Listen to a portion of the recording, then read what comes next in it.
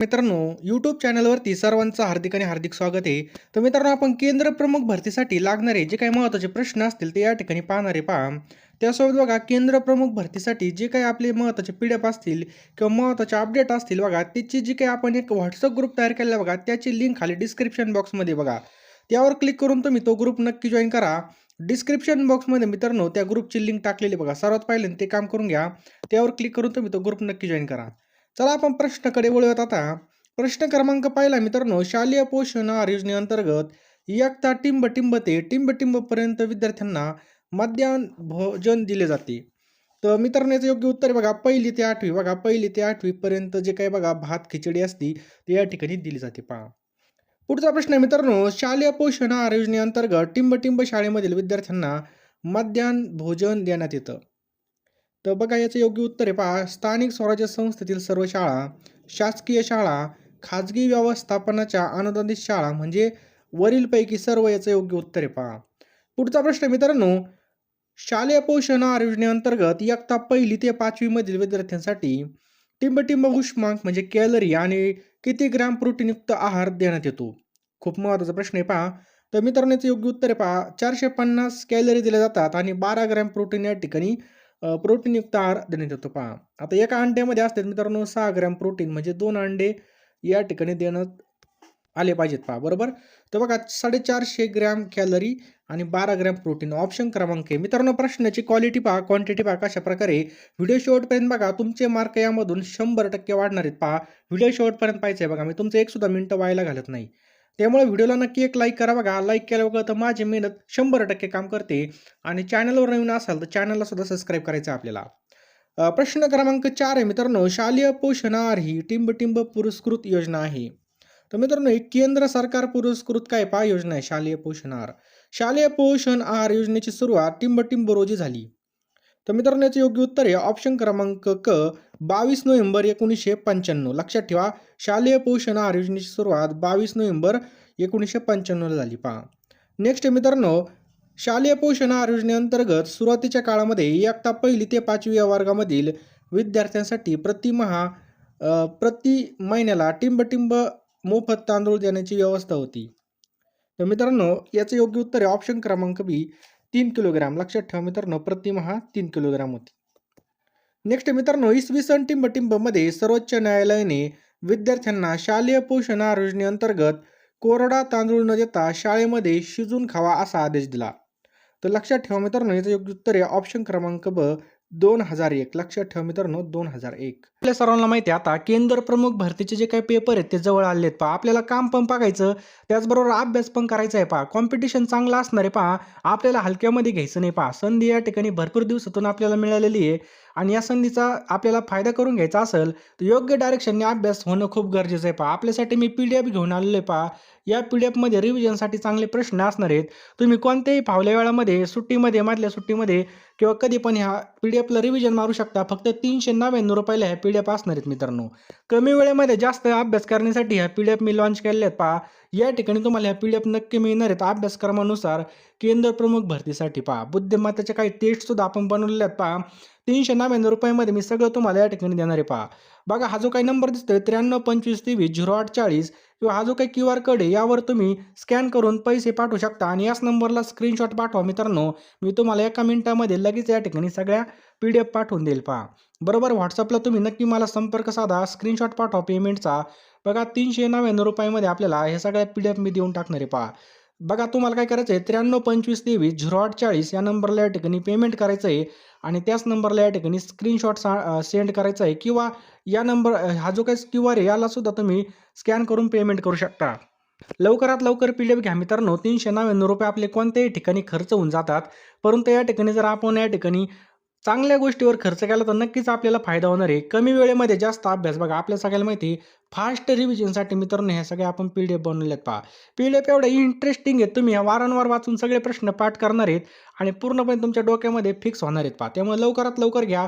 कमी वेळेमध्ये जास्त अभ्यास करण्यासाठी ह्या PDF आपण लॉन्च केलेले आहेत पहा. सिलेबसनुसार आपण सगळे प्रश्न यामध्ये इन्क्लूड केलेले आहेत पहा. तुम्हाला 100% याचा फायदा होईल आणि चांगल्या प्रकारे तुमचा स्कोर निघेल पहा. त्यामुळे लवकरात लवकर घ्या मित्रांनो. वेळ फार कमी पहा. कमी वेळेमध्ये जास्त अभ्यास करण्यासाठी आपण या PDF लॉन्च केलेले आहेत पहा. लवकर घ्या. ज्याला खरोखर घ्यायचे असतील त्यांनी पेमेंट करा. लगेच फोनपेमध्ये जा. पेमेंट करा आणि स्क्रीनशॉट लगेच या नंबरला सेंड करून टाका. प्रमुख भरती संदर्भामध्ये विभागीय मर्यादित स्पर्धा परीक्षा टिंब मार्फत आयोजित करण्यात येईल. तर ऑप्शन क्रमांक ब, महाराष्ट्र राज्य परीक्षा परिषद पुणे यामार्फत या ठिकाणी आयोजित करण्यात येणार आहे. पुढचा प्रश्न मित्रांनो, केंद्र प्रमुख पदासाठी मर्यादित विभागीय स्पर्धा परीक्षा द्वारे अर्ज करण्यासाठी उमेदवाराची कमाल वयोमर्यादा किती पाहिजे? तर मित्रांनो, ऑप्शन क्रमांक क 50. लक्षात ठेवा बघा, या ठिकाणी 50 आपल्या या ठिकाणी योग्य उत्तर होईल. प्रश्न क्रमांक 7 आहे मित्रांनो, महाराष्ट्र राज्यामध्ये जिल्हा परिषदांच्या प्राथमिक शाळांसाठी एक केंद्रीय प्राथमिक शाळा स्थापन करण्यात येते.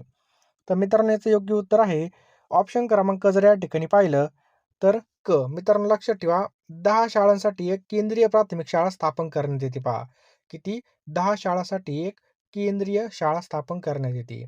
प्रश्न क्रमांक 8 आहे मित्रांनो, जिल्हा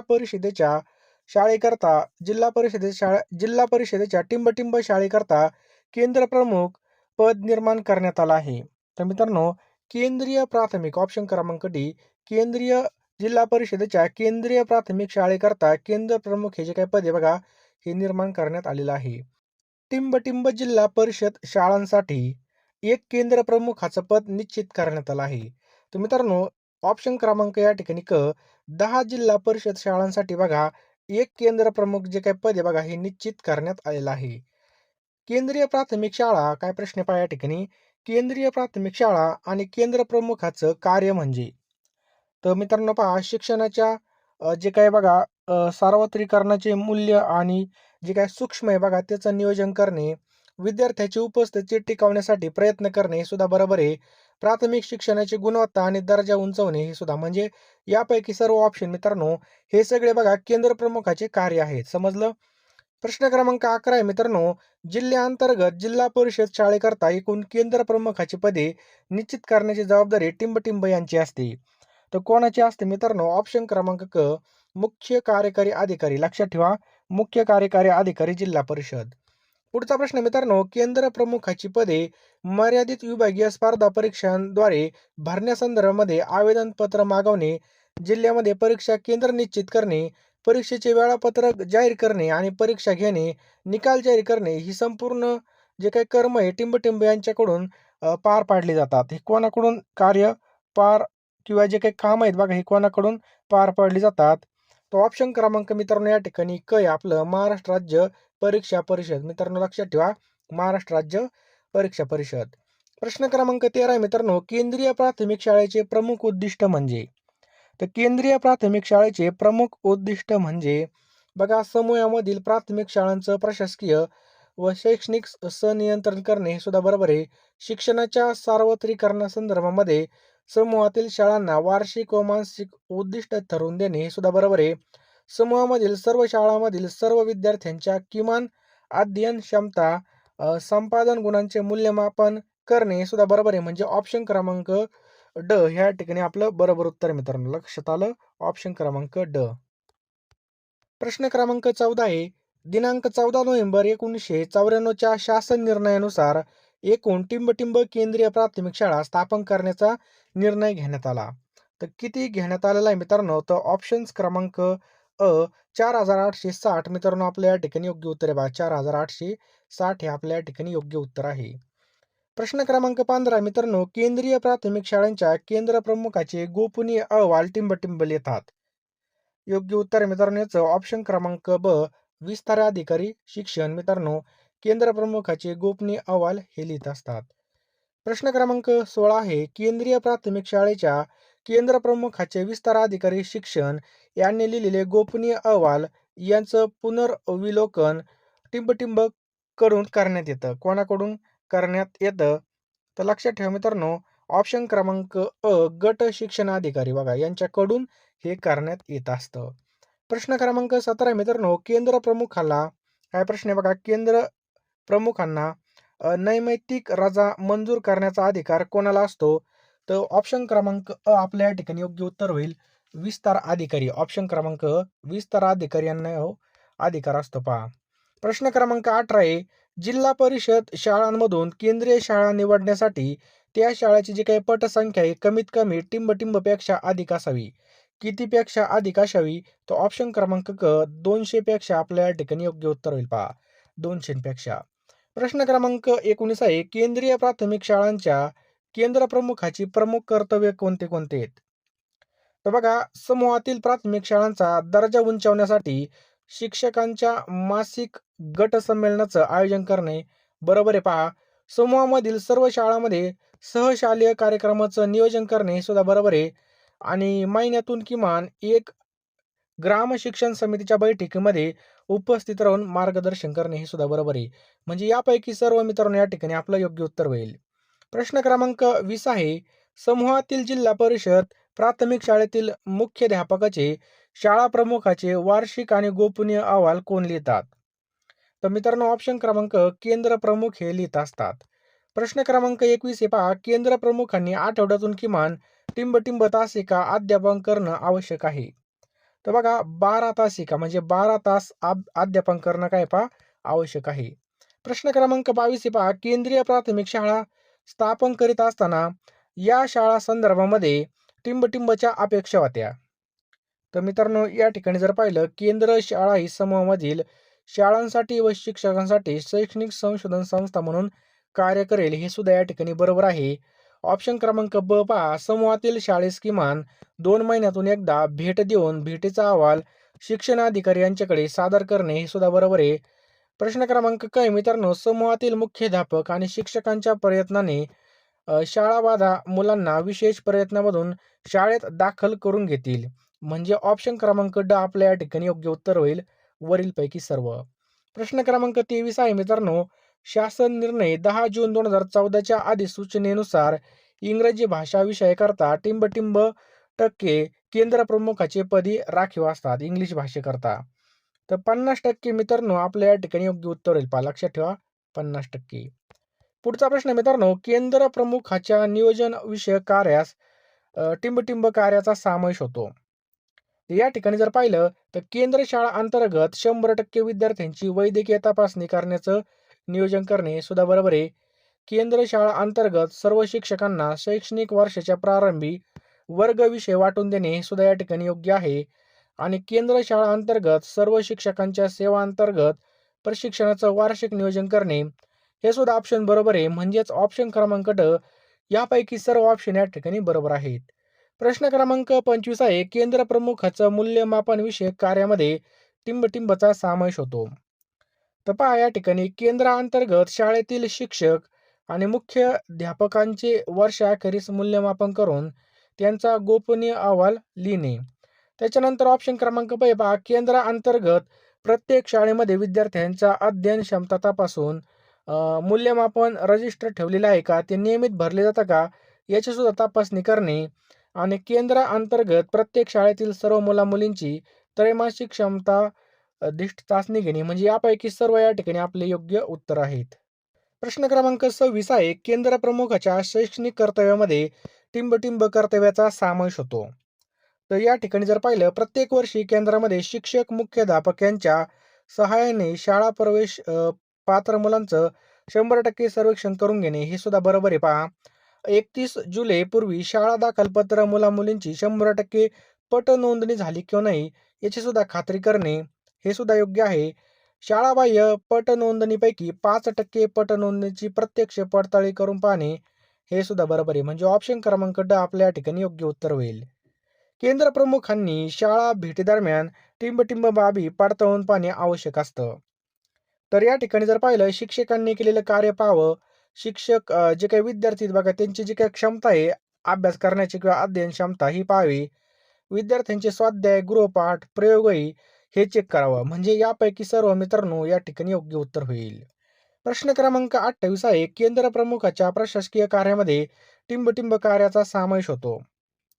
तर या ठिकाणी जर पाहिलं मित्रांनो तर केंद्र अंतर्गत शाळांना नियमित भेटी देणे, शिक्षकांच्या उपस्थिती संदर्भामध्ये लक्ष राहून अनुपस्थित शिक्षकासंदर्भात योग्य तो अहवाल वरिष्ठाकडे पाठवला पाहिजे आणि शासनाच्या वतीने विद्यार्थी आणि शिक्षकांच्या संदर्भामध्ये विविध शासकीय योजना संदर्भात प्रेरक म्हणून कार्य करणे.